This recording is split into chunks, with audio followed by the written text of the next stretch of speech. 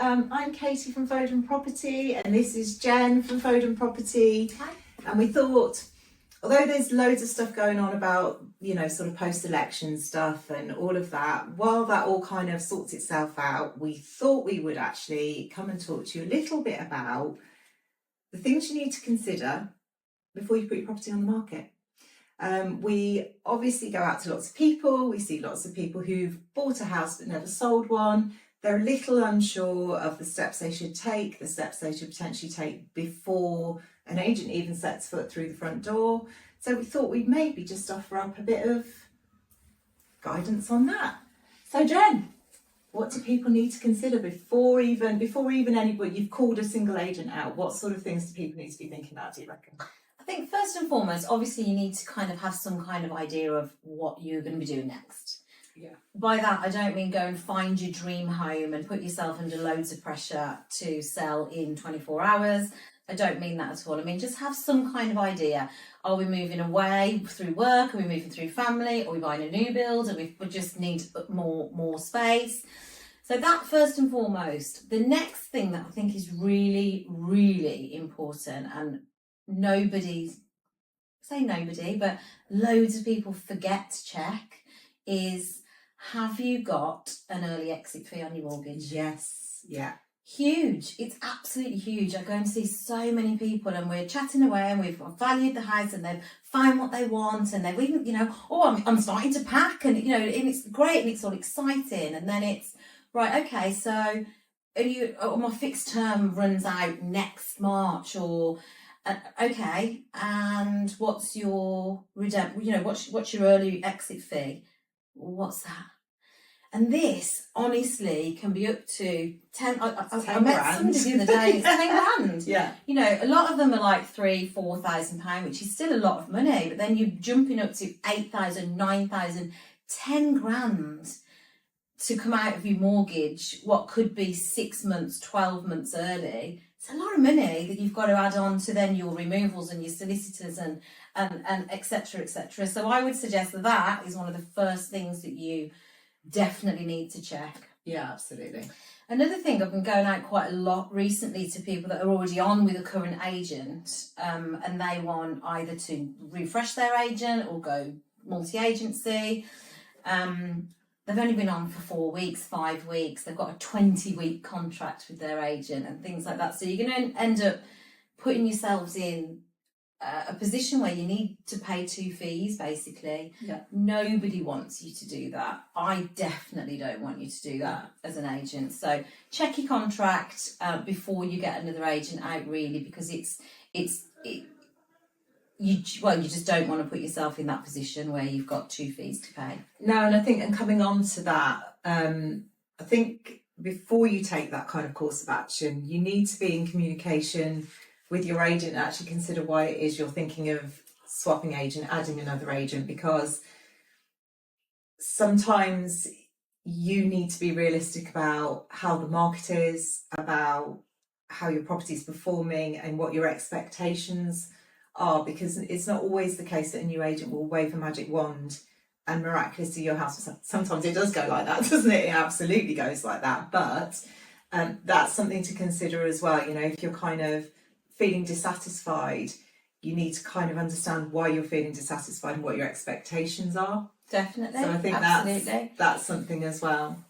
I think it's a really good point, especially at the moment in this market, because we're all, as buyers, as sellers, as agents, we've all got used to this really fast pace of a market since 2020, where everything's moving, everything's increasing, there's loads of buyers just literally waiting for your house.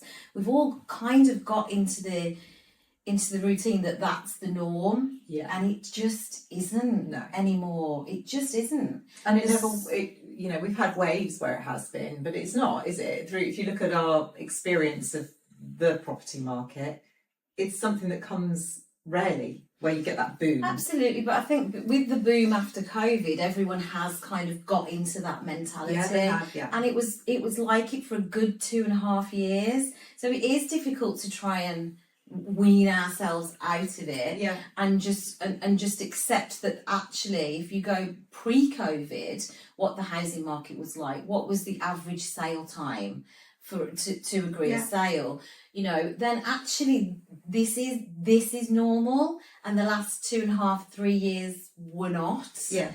And I think it's just that, and just being more realistic, because actually there wasn't enough supply to meet demand during those times. Where at the moment you look yourself, have a look at where your property is, and this is something, and look at your competition, because for every one buyer there's probably 12 houses at the moment. And this is part of, I think, what we're talking about here is, so before you call an agent, you need to understand as best you can what the market is like. So you need to go onto Rightmove, and you need to search up houses like yours and establish how many of them are there, what are the price ranges, roughly where if you're comparing houses, you're like, well, okay, that's like mine, but that's got a big kitchen, that's like mine, but it's got this, that's like mine, but mine's got this, and try and kind of work it out for yourself, so that you haven't kind of got a figure in your mind that's the top of the pops, and then you have you start to kind of set out your plan thinking your house might be worth whatever, and then it's not. So it does benefit you. So also then when the agent sat in front of you, and if you then end up with some kind of discrepancy, you can understand where the agent, how much research has this agent done? When they're sat in front of you, you've done some research. Agents actually have access to other information which is useful and you as a seller wouldn't have access to. But sometimes the agent will give you a figure that makes no sense if you've done the smallest amount of research yourself. And you need to be mindful of that. Mm-hmm. And the other thing I definitely caution against, particularly with the way the market has been, is these online property calculators. Because they work on an algorithm, the algorithms are out, aren't they? Yeah. 99% of the time, and I don't mean by a small amount either. The figures, because of this sort of spike that we've had, the algorithm's working on a trajectory like that's going to continue, and that's actually just not what's happened in the market. So we're seeing, someone will say to us, well, I thought my house was worth such and such, and we're sat there going, I know exactly where you've got that from. And the sad thing is occasionally agents use those things too. Yeah, they do. Way too often. Way too often. So basically what the online valuation tools do is take your postcode and give you an average value. So you might be the smallest property on within that postcode. You might be a 2-bed in a development of predominantly 3 and 4 beds. So in that case, your valuation is going to be higher than it should be because it's being dragged up by the larger properties. So basically they use an average on the postcode. It's not a valuation that should be that you should make any plans on. No. Basically. No, absolutely not. Definitely not. Yeah. But like you say, a lot of some agents do use that.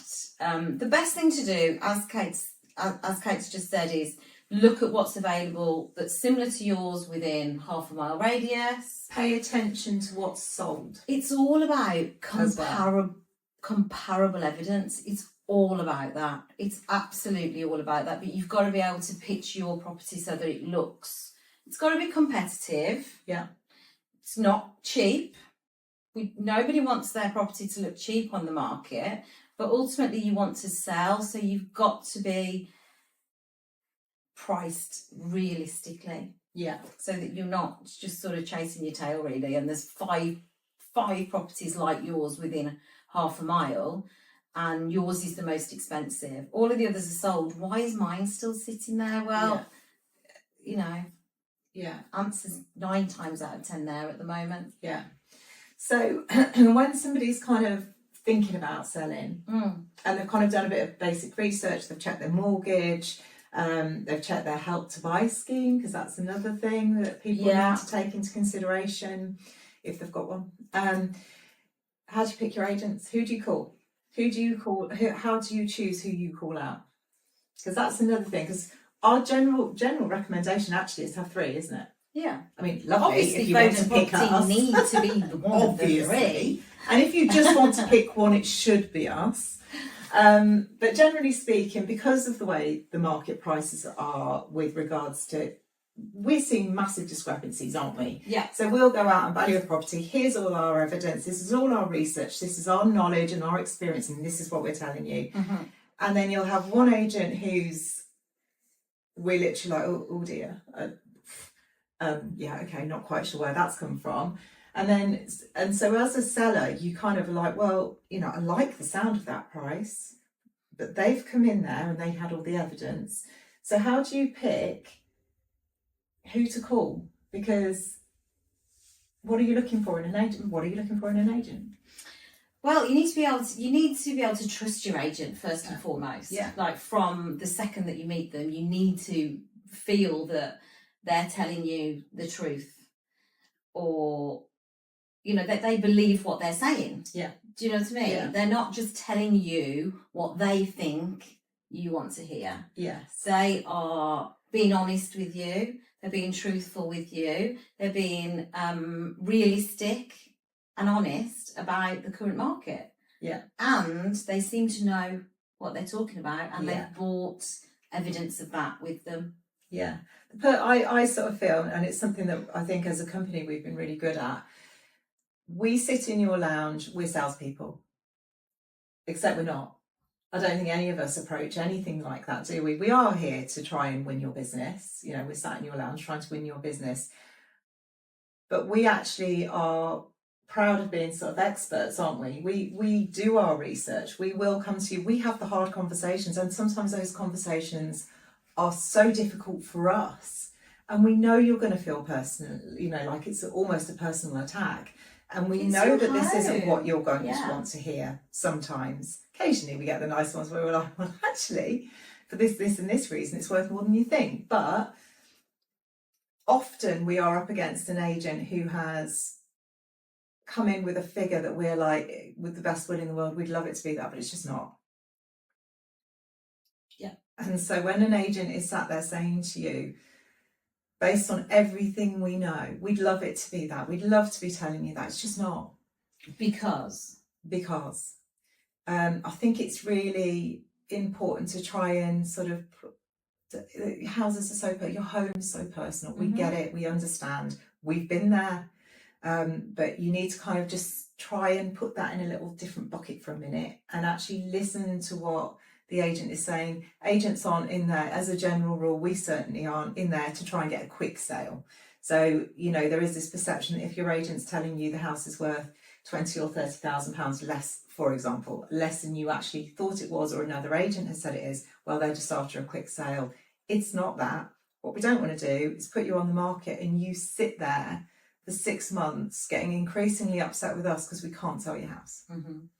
And as a small agency, the bigger agencies can actually facilitate that.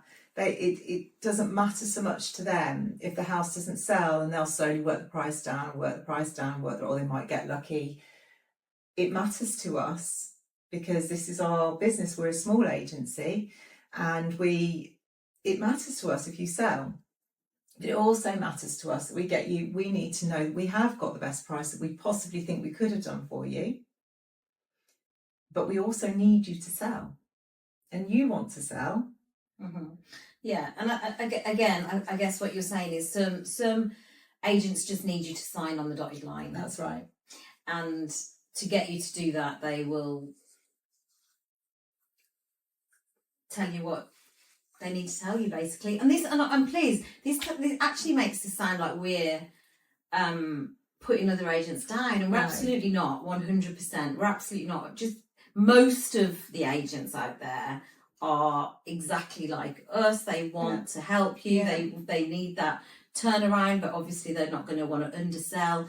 But unfortunately, there are certain companies out there that once you've signed on the dotted line, you're going to be paying your fee anyway. Their work's done.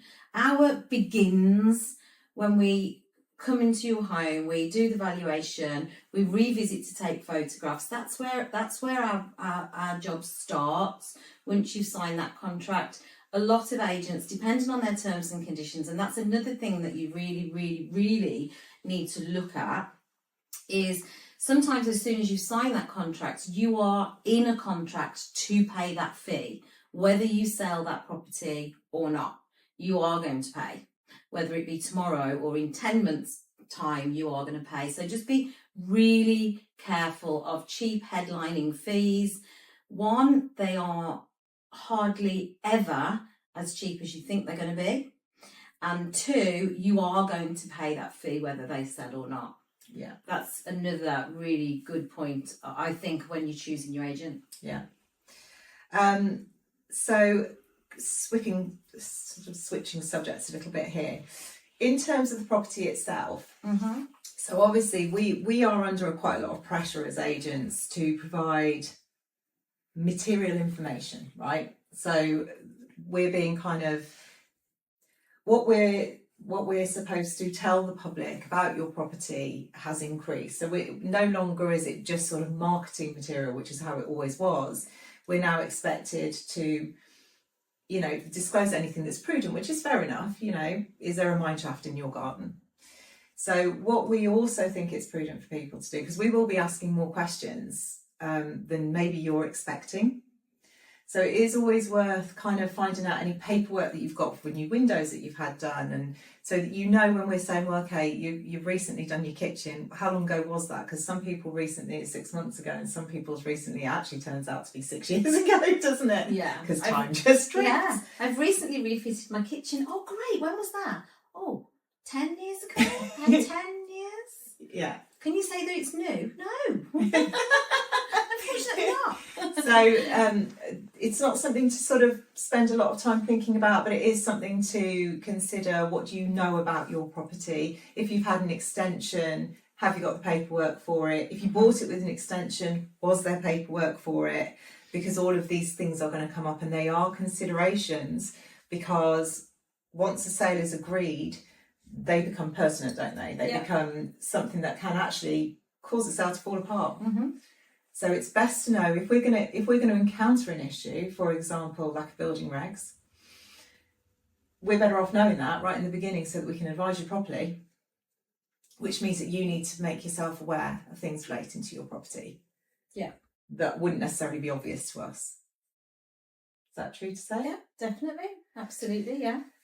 And in terms of like presentation, like for the agent's visit, so before you've even put it on the market, how much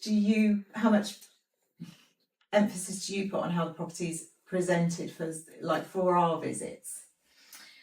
I mean, it's not as important as it is for when we go to take the photographs, of course. However, it sets the scene, basically. It sets the scene. First and foremost is parking. Can I park outside the house? Yeah. Can I park? Ordinarily, I park down the road anyway because we're in a marked car, and I think that that's the right thing to do. Yeah. You might not have spoken to your neighbours. It's not right for me to rock up in a marked car, so I try and park down the road anyway. But the first thing is my approach. Is there enough parking here for viewers, basically? So if I arrive at the property, the drive's full, there's a car at the front, I'm thinking as a viewer at this point as well as a valuer. So I'm like, right, okay, well, first and foremost, on viewings, the cars need to be moved so that the viewers can comfortably park and they don't already think parking's a bit tight before they've even stepped foot in the hallway. Yeah.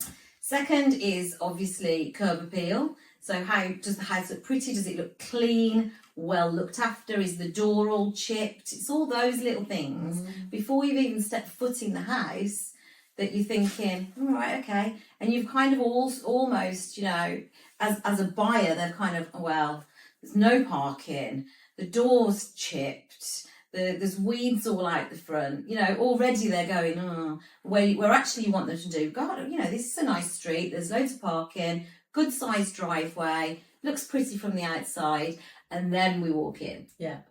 And then the next bit, the entrance hall. There's hardly ever a light on in an entrance hall. No. There needs to be a light on in the entrance There's hall. usually shoes everywhere. Welcome to my house, but you know what? There's shoes everywhere. I mean, that is a fact of life. We know this, but just be mindful of those kind of. Yeah. We're trying to assess how this is going to present to a potential buyer, and that will impact how we put a value on it from the point of view of how saleable is this house. And okay, we will say to you, right, when the viewers come, you might need to fill that cupboard with everything you can possibly squeeze into it, and don't let them open the door. You know, that's true, isn't it?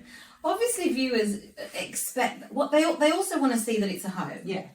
So a couple of pairs of shoes in the entrance hall is not a problem, but obviously, like 50 pairs of shoes, like in my porch, And mine. you know, it's a little bit, there's a lack of storage. There's not enough storage here. Yeah. So already there's no parking, there's chipped door, there's weeds outside the front, and there's no storage in this house because otherwise the hallway wouldn't be full of shoes. It's all those little things that we live with every single day that are fine because it's home, but we've got used to them, and a viewer hasn't even seen them yet, so don't let them. Just, as you say, pop them in cupboards, clear off the clutter off the kitchen counters, switch a light on. 9 times out of 10, if you put a light on your entrance hall and your first floor landing, it just makes a big difference before you've even entered any of the main reception rooms. Mm. So it's best foot forward, isn't it? Like starting from that point, From that moment, yeah. You know, as we are trying to make an impression on you, we want your house to make an impression on us, and we don't want to sort of come in and go, "Oh, blimey." Yeah. Oh, hello. Yeah. So is there anything else that you think that people, you know, the questions that we get asked, really this is for the people who bought a house but never sold one? Yeah. And the age-old question is, do I start looking for my new house at the point when I'm either haven't quite or about to put my house on the market? Well, there's no hard and fast rules to that, because of course you need to have an idea of what your next step is. So going right back to the beginning of our conversation, of course you need to have an idea. So if you know the location that you want to look at, it's nice to know there or thereabouts what kind of price you're looking at, what kind of home you think you can get there. And there's nothing wrong with going and viewing a few. Gently. What I would say is, don't go set your heart on something until you know financially what you're playing with, really. Because again, going back to what was said earlier, your expectations are here. 9 times out of 10, that property that you've set your heart on, if your expectations are here because you want to get the best price, then you've got to give yourself chance to get the best price.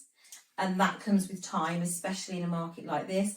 And 9 times out of 10, by the time you've got there, that dream home will have potentially could have been sold. And not only that, if you pin your sights on a particular home, and so you've worked out your house is worth here at the top, you haven't really built in much margin of the fact that what happens if it's not worth that, if you can't achieve that. So then you've stretched yourself all the way to the top again, and then all of a sudden you're in a situation where you can't accept an offer on your house because all your sums have been worked out max. You're potentially going to end up really disappointed. And not only the figures, not only the numbers have been stretched max, but you've also not only expressed an interest to the selling agent of your dream home, you've also put a monetary value on it. Yeah, don't do that. Do not do that. Don't do that. Just do express not offer. an interest. Yes. Don't put a monetary figure on it, because you don't know that you're going to be able to achieve that monetary figure on that purchase, because you don't know what you're going to accept. And once you put a price on it, it's very difficult then to backtrack and turn around and go, you know, I said that I felt your house was worth this. well, actually, I can't afford that now, so I'm going to offer you this. Yeah. You're on a back foot. You definitely do on a that. back foot. Don't do it. Don't. I say that to people all the time, and they'll phone me up and go, actually, I'm just putting an offer in, and they've accepted asking price, and I'm going, right, okay, that's fine. But you're not sold. Yeah. So, is there anything else that we think we need to add to that? So, be very cautious with any online valuation tools. Listen to what the agents that come to your property are telling you and why they're saying what they're saying. Take advice from the experts. Select agents who have good reputations, who have experience in what they're doing, and who aren't just there to get you to sign on the line. Check your early exit fees on your mortgages. Really, really important, because it can be a very costly thing to miss. Yeah. Getting the house ready. Pets. Oh, pets. We all love pets. Everybody loves pets. Everybody loves animals. Well, most people love animals. Sometimes, again, we live in homes where we're surrounded by our pets and we love them, and sometimes pets come with a bit of a smell. So ask your agent, basically, do I need to put a bit of an air freshener in? Do I need to clear the cat litter trays away? And it's a difficult one for us to answer, of course, because we don't want to be personal and rude, but it's quite off-putting if somebody is walking into your home and they can smell cat litter trays and things like that. So if you ask us the question, I for one will answer honestly, although it's uncomfortable sometimes. I will, because it's going to give you the best chance to sell your home and give the right impression.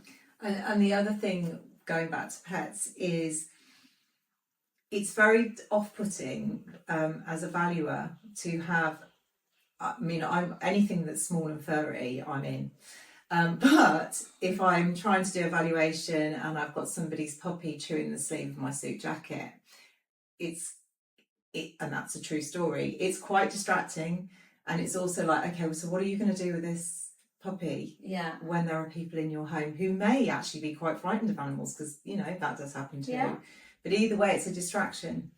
So treat the agents coming into your home as you would a viewer, so that the agent can understand what will happen with these and massive dogs as well. Dogs are a prime one, because I haven't had an encounter with a massive dog that absolutely caked me in dog fur. So it's things like that, I'm sort of thinking that if I send viewers around there, what are they going to do with this dog? Yeah. So be mindful of how it presents, because you're pitching your house to us as well, so that you're showing it in the best light, so that we can actually pitch it back out to the world for you. Yeah, exactly that. Absolutely. I always love to have a little snuggle on the dogs. Yeah. But yeah, and I do speak with people about that a lot. When you have viewers, make sure the dog's in the garden, or take the dog out for a walk and let somebody else do the viewing. And there's loads and loads and loads of ways around it, but it is ultimately a distraction. It depends on the pet, doesn't it, as well? The particular pet, one cat might be asleep on a bed ignoring everybody, the other cat's in your face or wants to claw you or attack you or whatever. But you know what I mean? It's like if your pet is usually quite peaceful and keeps themselves to themselves, then that's fine. Dogs, cats, doesn't matter. But if your pet is a bit notorious for wanting to inject itself into all activities, then maybe be mindful of that. I actually had a dog wee on my foot once. You did, yeah. It was in the summer as well, so I was barefooted. Lovely, really nice. Yeah. Anywho, yeah. So I think that's us from that bombshell. I think that's that from us. Yeah. We look forward to seeing you. Give us a call and we'll come round and help where we can.